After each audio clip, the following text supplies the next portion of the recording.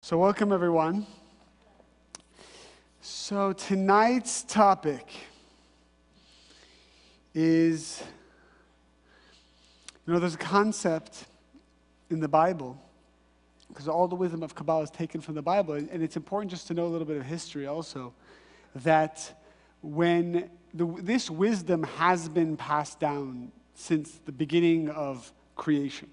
However, there have been some very powerful spiritual figures who brought this wisdom down, even from Adam and Eve to Abraham. Even though Abraham didn't have formal text besides one book, the Creator had given him this wisdom to bring to humanity. But it wasn't until the time of Moses that there was an opening for this wisdom to be written down in a methodical way that the world could learn it. And it says that at Mount Sinai, even though we have the written Bible, also known as the Torah, also what was given were oral teachings that were passed down and never written down, but that explained the secrets of the Bible. And if without those oral teachings, you actually can't understand what the Bible is trying to tell you practically.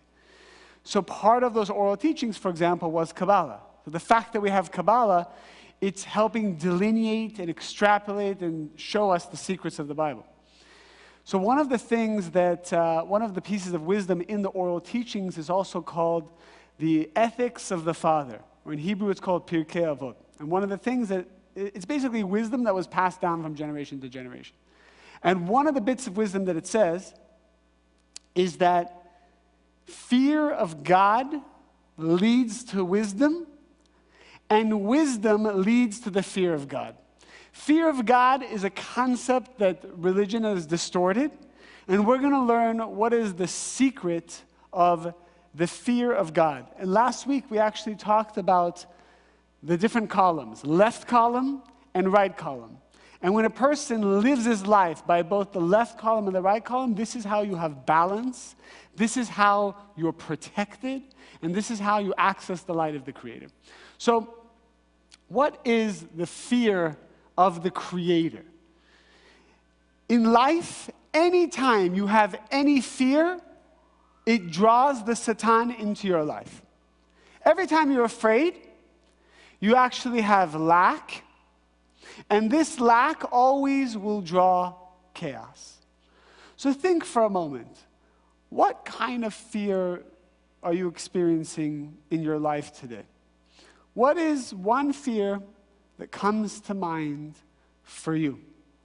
Always, we have something that the Satan is chirping in our ear about something we need to be worried about or afraid of. Always. And even when things are good, there's something. When things are bad, there's something. Every fear is a sign that you have a tikkun, a correction in that area. How do you transform the fear? You have to transform it to a positive fear. So many people say, well, you got to break your fear. Spiritually, the way you bring light to your fear is you transform it to the only positive fear that exists, which is the fear of God. What does that mean? So let's define it. A term that blends the qualities of appreciation, which we're going to speak about, vigilance, humility, awe, and prayer into one. The only positive fear we are allowed to have is the fear of the Creator, which then helps build the vessel for wisdom, certainty, strength, and knowledge. So by applying these qualities, which we're going to go through, appreciation, vigilance, humility, awe, and prayer, you then build the vessel to allow knowledge, wisdom, and certainty to come into your life, and then you're perfect. You become a whole human being. And that's what strength really is. A person wants strength. How does a person be strong? Most people are strong by forcing themselves, by reacting, by waiting until they're upset, and then they draw light in a reactive way, and then they feel strong for a moment. But then eventually they're weak. Most people think they're strong by getting stuff, by becoming wealthy, by becoming powerful. Most people, if they lost everything, they wouldn't feel that they're strong. Leave a person to his or her own devices, and you see that actually they become afraid, they become needy, they become insecure. The question is, if everything was taken away from you, would you be strong? Would you love yourself? Would you be confident? What do you think? What do you feel about yourself? Take away whatever gift the Creator has given you. Would you feel, it's rhetorical, would you feel, unless you have a question, would you feel as good and secure as if you had the things that you have today? Relationships, your title, your career. Every time we lose something, by the way, the only reason people lose anything is it's an exercise to show this person where they are taking power from something outside of them and they don't have the power inside of them. That's really what loss is. You think of the story of Abraham, his final test after he reached such a high level. He was 137 years old. He already passed 9 major tests. And what happened at the end? He realized he was completely with the light of the Creator. His greatest joy was his son, 37-year-old son, who knew all the wisdom that his father had given him.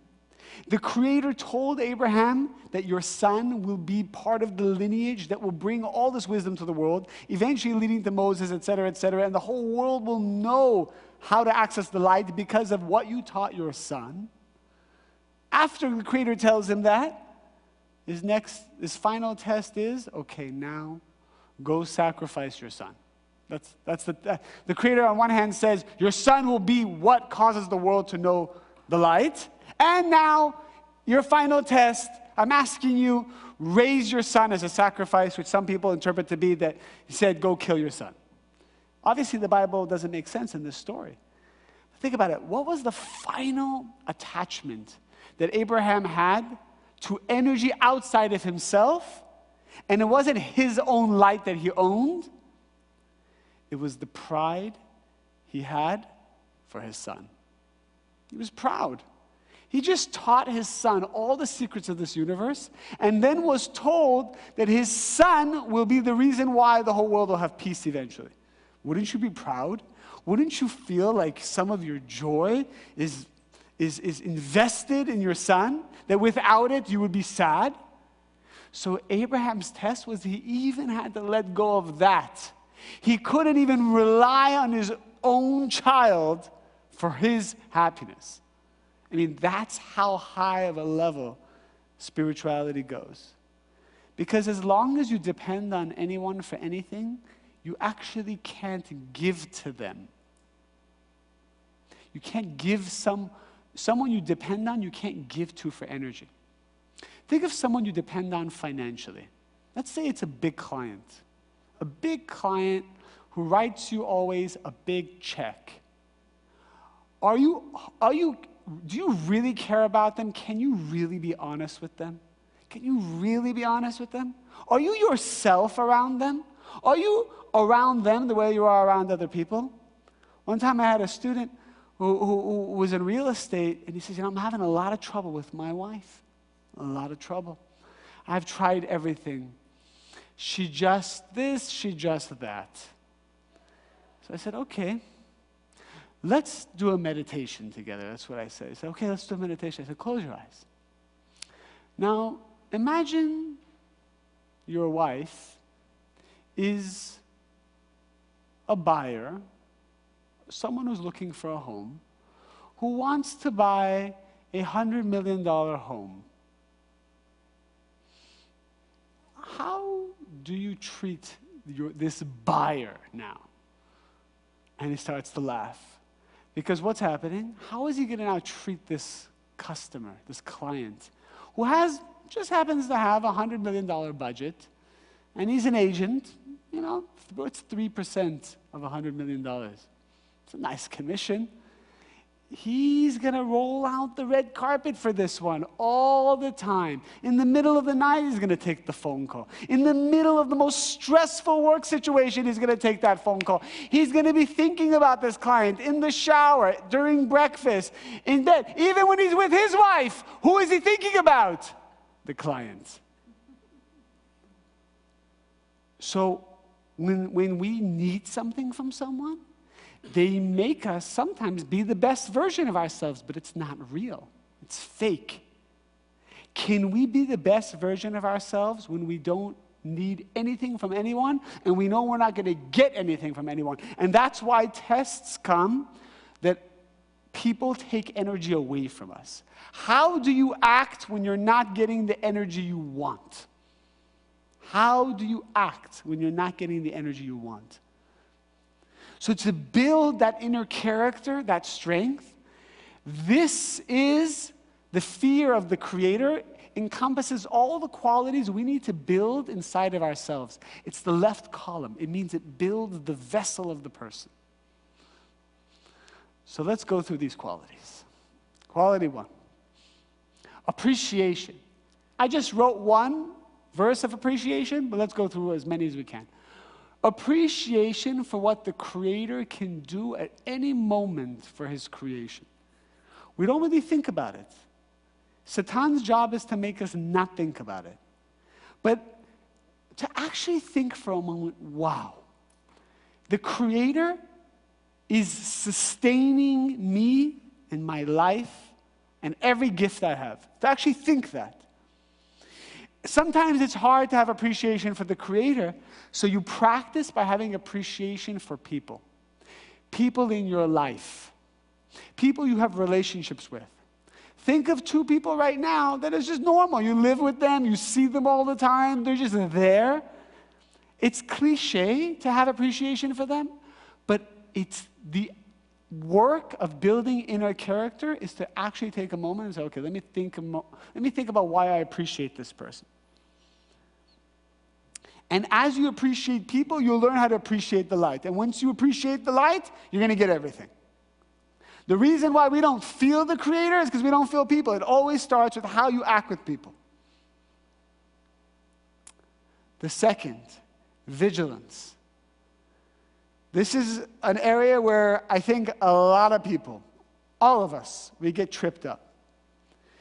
Vigilance, to be vigilant, means you're very careful about where Satan is going to get you and is about to get you next. Do you have any idea how Satan probably is going to test you in the next 3 hours? Do we even think about it? We're like, no, the day is over. Coming to my nice Kabbalah class.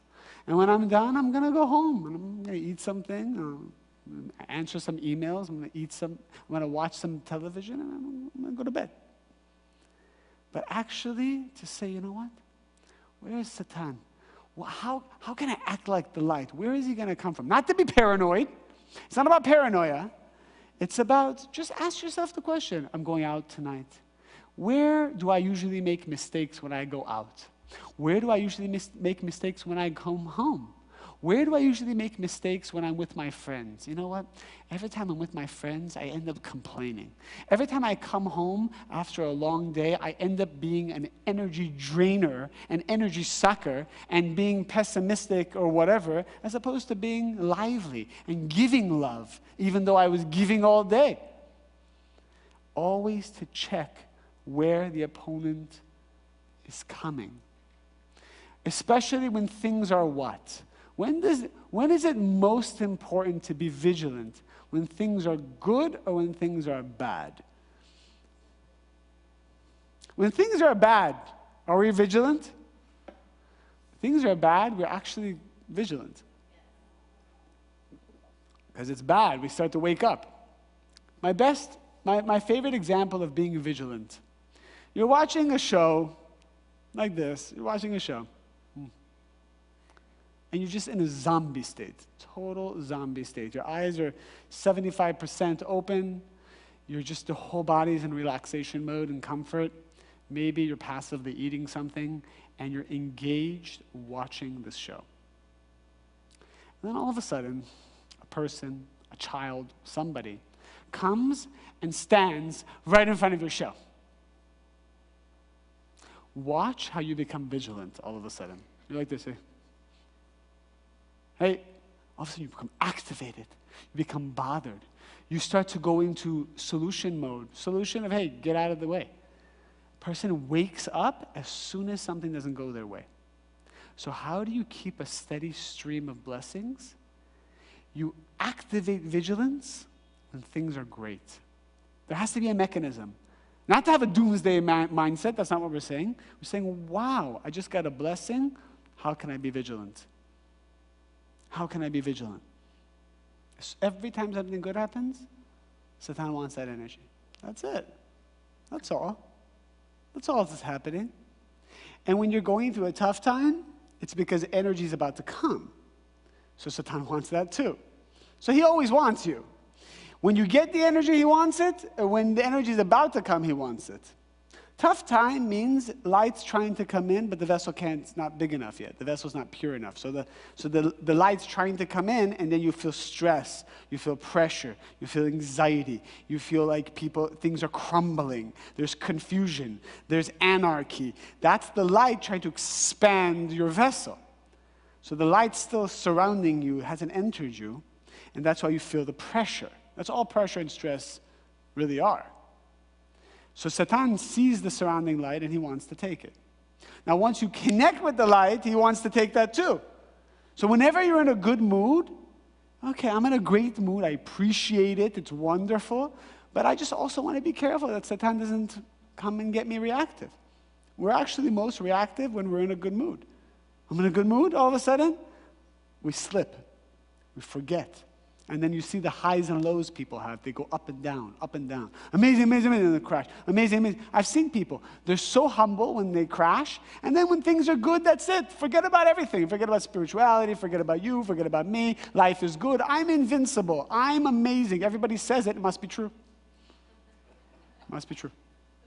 That's why you always have to be careful. That leads us to the next one, which is humility. Humility means everybody said you're amazing. You just broke through, you accomplished something. You achieved something huge in your life, a milestone. You hit a milestone. Marriage. Marriage. The day of your wedding, so much light is being revealed. What do you think? The opponent's just going to be like, yeah, great. You keep all that energy. From that moment you reveal that energy, he's there.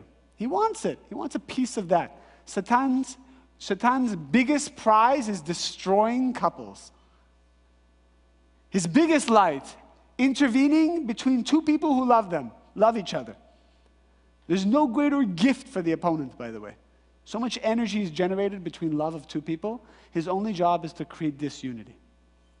Humility is just always, it's about not going too far where you get depressed, because humility, if you're too humble, you feel like you're a nobody. But it's always staying in that middle ground. It's knowing you're powerful, but not needing to have it validated by other people. Exercises that help us be humble, rejection. Rejection is necessary and it must happen. Rejection, and it's actually very good when people speak bad about you. It says about the great sages, they would always have people who would speak bad about them. About Moses, every day, all they did is speak bad about him. Moses. It says if you looked at Moses, it looked like he had all the worst qualities, all in one. That's what it appeared he would have. So everybody judged him. He was this, he was that, he was this. He needed that for his own spiritual level so that he could achieve that balance. But then some people say, well, I don't want everyone to hate me. That's not what kind of life I want to have. That's not what we're saying. We're saying once you really reach humility, everyone will love you. Do you like an arrogant person?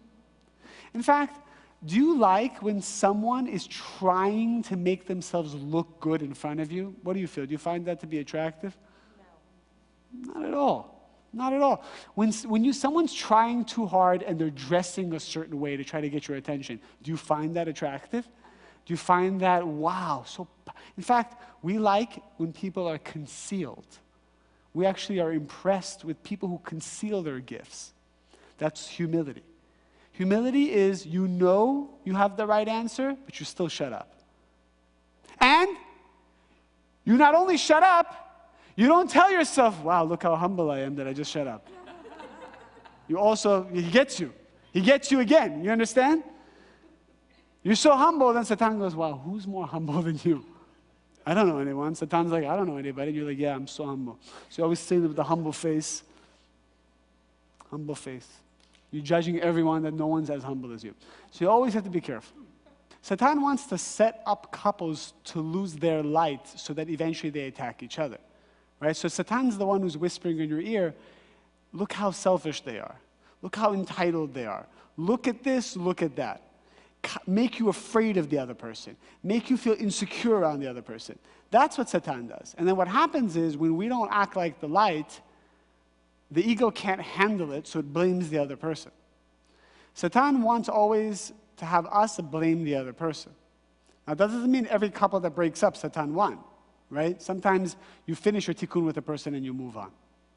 So it's about when you're building the relationship to be conscious of Satan's tricks, of what he does in the relationship. And there are so many tricks, so many rules, so many spiritual laws that we can learn to apply to relationships to have a more harmonious one. Awe is another quality that goes into the fear of the Creator. And that's just to have, it's kind of like appreciation. But when you're in awe of something, you just know how great it is.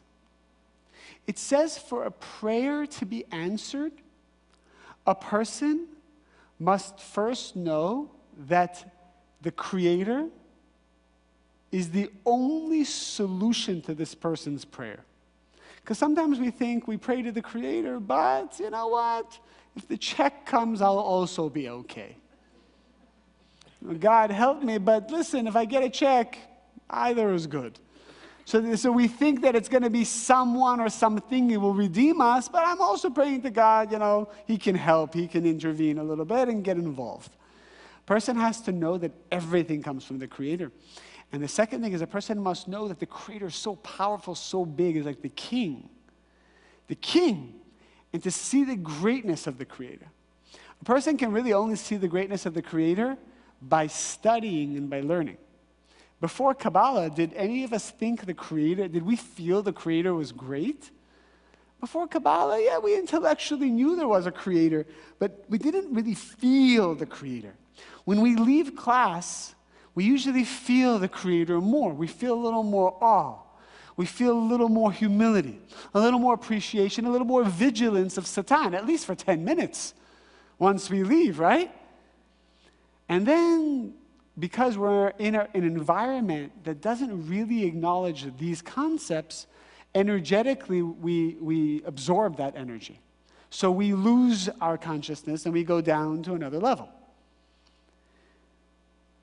But also just knowing how great the Creator is and reminding yourself of that and studying from the wisdom of the Kabbalists helps you open yourself to that. This is a very important quality to achieving the perfect vessel. And finally, it's prayer. Prayer is the final quality of achieving this fear of God, this ability to have protection.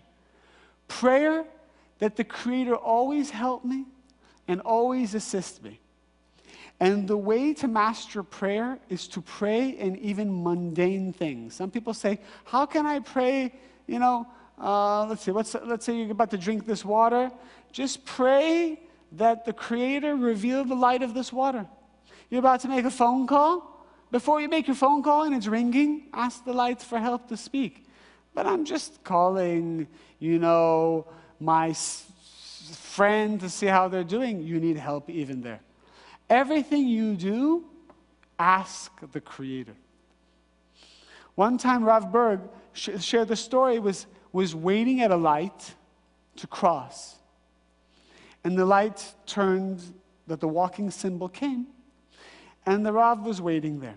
didn't cross the street. Now, there's no cars coming from both directions that you could even see. And he's got a green light, and he wasn't moving. So the person next to Rav Berg said, is there an issue? Rav said, I'm just praying for help to cross the street. So the student said, but there are no cars, and you have the right of way. And the Rav said, that's the lesson we need to learn. Just because you have the right of way and there are no cars, I'm not asking the Creator to help me cross the street.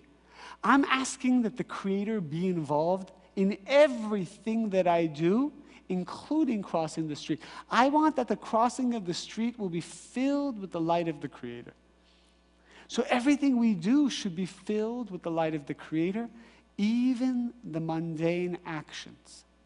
When you want to know if the light's trying to tell you something, do that at the end of the day after you analyze all that's going on. When you're trying to analyze what the light's trying to tell you in the midst of a challenge, that's actually the opponent. Self-reflection needs to be done proactively at certain times, and that's not during the day when you're with people. What if right now I just decided to do some self-reflection right now during the lecture? Would that work for you? I'm just going to sit here and be like, you know what? The other day I wasn't really nice to somebody. And I'm in the middle of a class, right? I'm in the middle of creation. I'm in the middle of giving. It says that during the day you need to be there. That's the prayer. The prayer is to always ask, okay, Creator, that went really bad. What's the lesson here? Should I push forward or should I let go? It's a common question people ask. Because we know that some of the most successful people ever got there after failing dozens and dozens of times. So does that mean that when they were failing 30 times, they were supposed to give up? They pushed through, and the 31st time is what made them successful. So we never know unless we ask. We never know unless we ask. That's number one.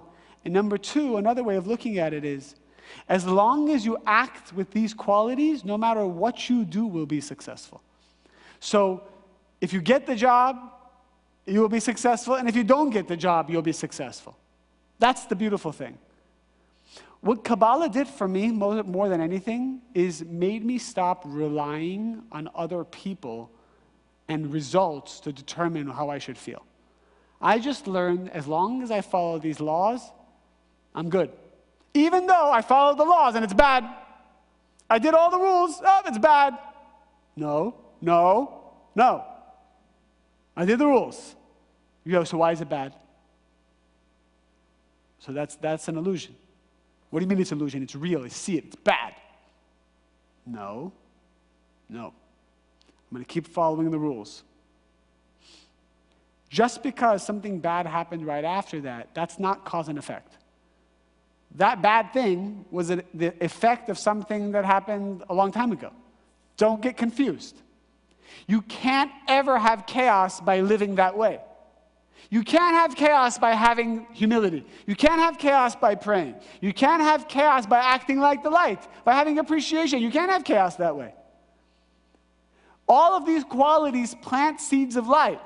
The fact that I had chaos right after it is Satan's trick to confuse me and have me abandon the whole thing.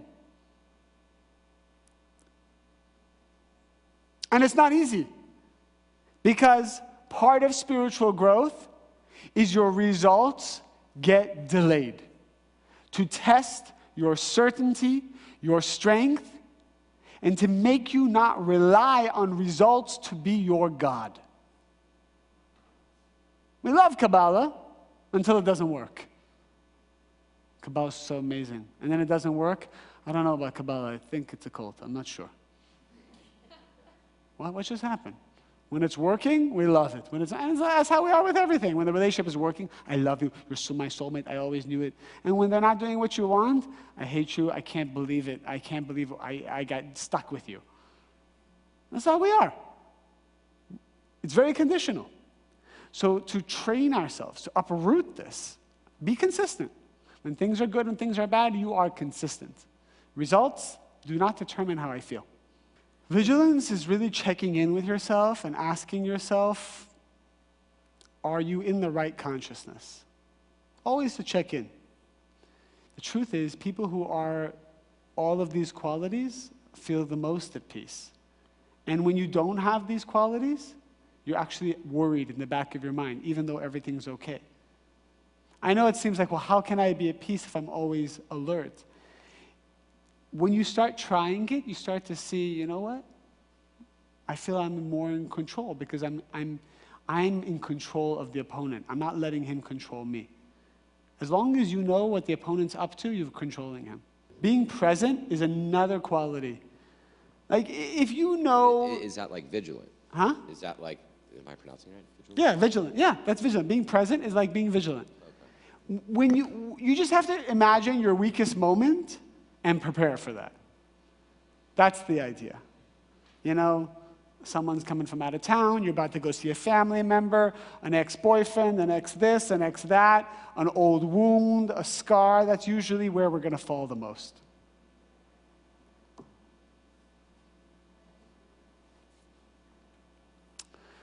So what are we taking from these 6? What are you these 5. What are you going to master of all these qualities? What are you going to keep in mind? Let's do a meditation. Let's close our eyes. Let's sit comfortably, and let's close our eyes. To achieve wisdom, to achieve the presence of the light of the Creator, to achieve wholeness, visualize what that looks like. Visualize you stripped of all the things you rely on that define you, that give you identity, your title, your relationships, wealth, people's opinions of you. Let it all go. When a person dies, none of that means anything. That's why it's actually powerful to visualize a person's own funeral. What does your funeral look like? What matters to you at that point when you're a soul sitting on top of your body, above your casket, and you're looking at yourself? What do you really care about? You realize that all the things that you tried to chase after really don't mean anything anymore. And you're a powerful soul. You see that you feel whole. You feel close to the Creator. When a person leaves this world, they feel close to the Creator. That's all there is the light. Visualize, try to connect, try to feel, try to see, try to hear what that looks like. You just connected to your own light inside you, secure and powerful. Now, as I say each one of the qualities, see what resonates with you. Appreciation. Is appreciation the way you're going to connect more to the light of your soul? Vigilance. Being careful. Being cautious. Being alert. Being present with the Satan. Making sure you get him before he gets you. Is that the key to unlocking the light of your soul? Humility. When you hear this word, how does it make you feel? Is this a correction of yours? Is this a tikkun of yours? Do you feel that you might be better than people? Do you feel arrogance? Do you feel that you don't like to listen to other people's opinions? Do you feel that you're talking more than you're listening in life? Is it humility that we need? The next one is awe. Like when you were a kid and you had awe for someone, a hero, someone you really respect and you look up to, and maybe you saw them in person once and you were so enamored by their energy, by their charisma, by their power. You thought they were so great. As we get older, we have less awe. Awe is something we had as a child. And to develop awe of the Creator actually is what allows the Creator to share with us. Sometimes we become jaded and we don't have that anymore. Is it awe that we need? And finally, prayer. Prayer is our communication with the Creator. Do you feel like you have a close relationship with the Creator? Do you feel like you talk to the Creator and the Creator listens? Do you feel that the Creator talks back with you?